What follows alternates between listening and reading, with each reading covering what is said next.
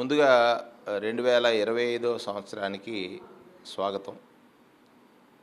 ప్రజలందరికీ కూడా ఈ సంవత్సరం మంచి జరగాలని వైఎస్ఆర్ కాంగ్రెస్ పార్టీ తరఫున జిల్లా అధ్యక్షుడిగా ఆ భగవంతుని ప్రార్థన చేస్తున్నాను. అంటే 2024 ఈ రాష్ట్ర ప్రజానీకానికి ఒక చేదు అనుభవాన్ని మిగిల్చింది అని అనడానికి గడిచిన 6 మాసాల్లో ఎన్డీఏ ప్రభుత్వ పరిపాలన కనపడుతుంది. అంటే మన రాజ్యాంగం కానీ, మన శాసన వ్యవస్థ కానీ, పార్లమెంటరీ వ్యవస్థ కానీ సత్యమేవ జయతే అనేటువంటి ఒక స్లోగన్తో నడుస్తూ ఉంటుంది. సత్యమేవ జయతే అని. రాజకీయాల్లో ఉన్న ప్రతి వ్యక్తి కూడా నిజమే మాట్లాడాలని, ప్రజలు రాజకీయ నాయకుల పట్ల అపారమైనటువంటి నమ్మకంతో ఉంటారు. అపారమైనటువంటి నమ్మకంతో ఉన్నటువంటి ప్రజలకి రాజకీయ నాయకులు చెప్పినటువంటి మాటలు ఖచ్చితంగా నిజాలుగానే ఉండాలి. కానీ 24లో జరిగినటువంటి ఎన్నికల ముందు ఈ ఎన్డీఏ కూటమి రకరకాలుగా వాగ్దానాలు చేశారు. ప్రతిపక్షం మీద ఒక అసత్య ప్రచారం, సత్యదూరమైనటువంటి ప్రచారం చేశారు. ఉదాహరణకి ప్రతిరోజు ఈ రాష్ట్రం అప్పుల ఊబిలో ఊరిపోయిందని, ఈ రాష్ట్రం సొమాలియా అవుతుందని, శ్రీలంక అవుతుందని, దివాలా తీస్తుందనేటువంటి మాటలు చెప్పారు. అంతకంటే ఘోరం ఏమిటనంటే 14 లక్షల కోట్ల రూపాయల అప్పులు పాలైంది ఈ రాష్ట్రం జగన్మోహన్ రెడ్డి పాలనలో అని చెప్పారు. నిజముందా అందులో? లేదు. మొన్న బడ్జెట్ ప్రవేశపెట్టినటువంటి సందర్భంలో అంతకుముందు కేంద్ర ప్రభుత్వంలో ఉన్నటువంటి ఆర్థిక మంత్రి గారు చెప్పినటువంటి లెక్కల్లో కానీ, కాగ్ నివేదికలో కానీ ఈ రాష్ట్రానికి ఉన్నటువంటి అప్పులు 7.5 లక్ష కోట్లు ఉంది. అది కూడా చంద్రబాబు నాయుడు గారు పాలన అంటే 2014-19 తర్వాత 14-19కి 1,50,000 కోట్లు ఉన్నటువంటి అప్పులు చంద్రబాబు నాయుడు గారు పరిపాలించిన 5 సంవత్సరాల్లో 4.5 లక్షల కోట్లు చేరిందని చెప్పారు. సరే, ఈ మధ్యలో కరోనా వచ్చినా కూడా 3 లక్షల కోట్ల రూపాయలే చేరింది అప్పు. గణనీయంగా ఆదాయం పెరిగింది జగన్మోహన్ రెడ్డి గారి పాలనలో.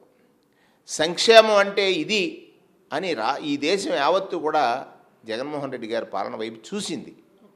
అటువంటి పాలన మీద దుష్ప్రచారం చేశారు, అబద్ధాలు చెప్పారు. అంటే ఎంత దారుణం అంటే జగన్మోహన్ రెడ్డి గారు ఈ రాష్ట్రాన్ని సర్వనాశనం చేశాడని చెప్పారు.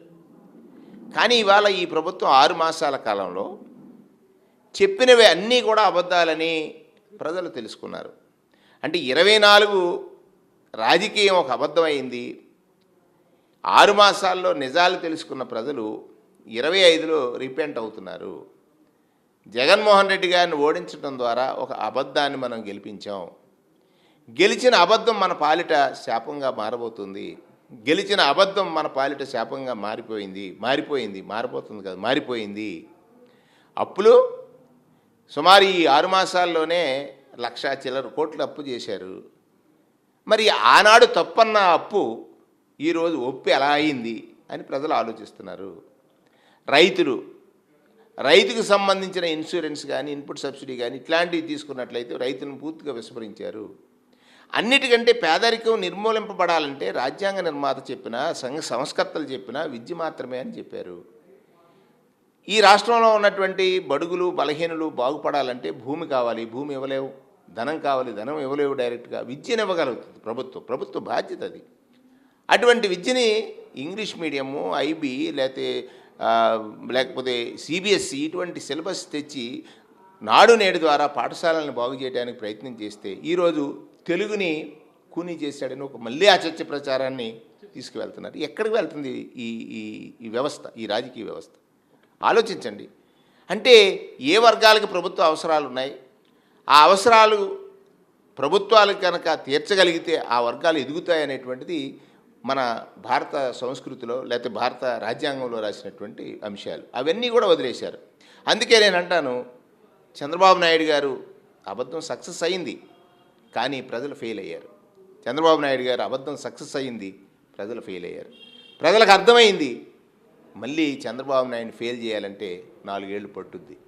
కానీ 6 మాసాల్లోనే ప్రజలు రియలైజ్ అయ్యారు వైఎస్ఆర్ కాంగ్రెస్ పార్టీ పట్ల. వైఎస్ఆర్ కాంగ్రెస్ పార్టీ చేస్తున్నటువంటి ప్రజాపక్ష పోరాటాల్లో వారి యొక్క మద్దతు లభిస్తూ ఉంది. ఇక్కడ పరిపాలన ఎంతకాలం చేసామని కాదు, పాలించిన సమయంలో ఎంతమందికి మంచి చేసామనేటువంటిది ప్రధానమైనటువంటి అంశం. రాజశేఖర రెడ్డి 5 ఏళ్లే చేశారు, కానీ ఇంకొక 25 ఏళ్ళు రాజశేఖర రెడ్డి గురించి చెప్తారు. జగన్మోహన్ రెడ్డి గారు 5 ఏళ్ళు పరిపాలించాడు. ఇవాళ చంద్రబాబు నాయుడు గారు పాలన చూసిన తర్వాత జగన్మోహన్ రెడ్డి గారు పేద ప్రజల అంటే బడుగులు, బలహీనులు, ఉద్యోగులు, నిరుద్యోగులు అందరి పాలిట రేపొద్దున్న ఒక ఆదర్శం కాబోతున్నాడు అనేటువంటిది.